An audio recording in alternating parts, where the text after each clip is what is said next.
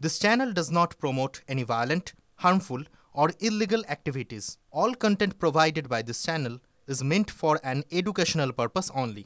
Top quality और consistent performance के लिए सिर्फ सिल्वर पंप नाम याद रखना। দেশে বেড়েছে বৈদ্যুতিক গাড়ির বিক্রি, এমনটাই জানাচ্ছে federation of automobile dealers association বা ফাড।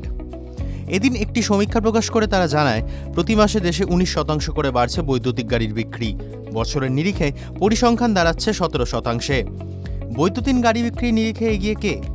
ফাডার প্রকাশিত রিপোর্ট অনুযায়ী গত বছরের অক্টোবর মাসে দেশে সবচেয়ে বেশি বিক্রি হয়েছে বৈদ্যুতিক গাড়ি।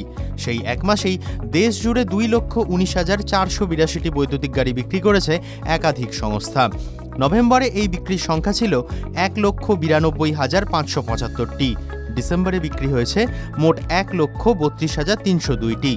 বলে রাখা ভালো, বিদ্যুৎ চালিত বাইক নির্মাণের বাজারে আপাতত একাই রাজ করছে ওলা। গত এক মাসেই 24,000 বৈদ্যুতিক বাইক বিক্রি করেছে তারা। গত এক বছরে প্রতি মাসে তাদের বিক্রি বেড়েছে গড়ে 76%।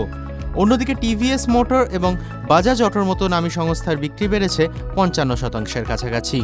উল্লেখ্য, শুধুই বৈদ্যুতিক গাড়ি নয়, দেশে বাড়ছে ব্যক্তিগত 4 চাকা এবং বাইক কেনার হিড়িকও। অন্যদিকে সেই তুলনায় কমেছে বড় ট্রাক বা কমার্শিয়াল গাড়ি কেনার পরিমাণ, যা আবার চিন্তার বিষয় বলে ইঙ্গিত দিচ্ছেন বিশেষজ্ঞরা। কারণ প্রাইভেট গাড়ি বিক্রি বাড়লেও কমার্শিয়াল বা ট্রাকের মতো গাড়ি বিক্রি কমা দেশের পক্ষে শঙ্কার। এই সকল বড় বড় ট্রাকের উপরই নির্ভর করে দেশের শিল্প বৃদ্ধির দিকটি। সুতরাং সেখানে এমন ঘাটতি হলে দেশের অর্থনীতির পক্ষে অনেকটাই চিন্তার বলে জানাচ্ছে ওয়াকিবহাল মহল। TV9 Bangla digital.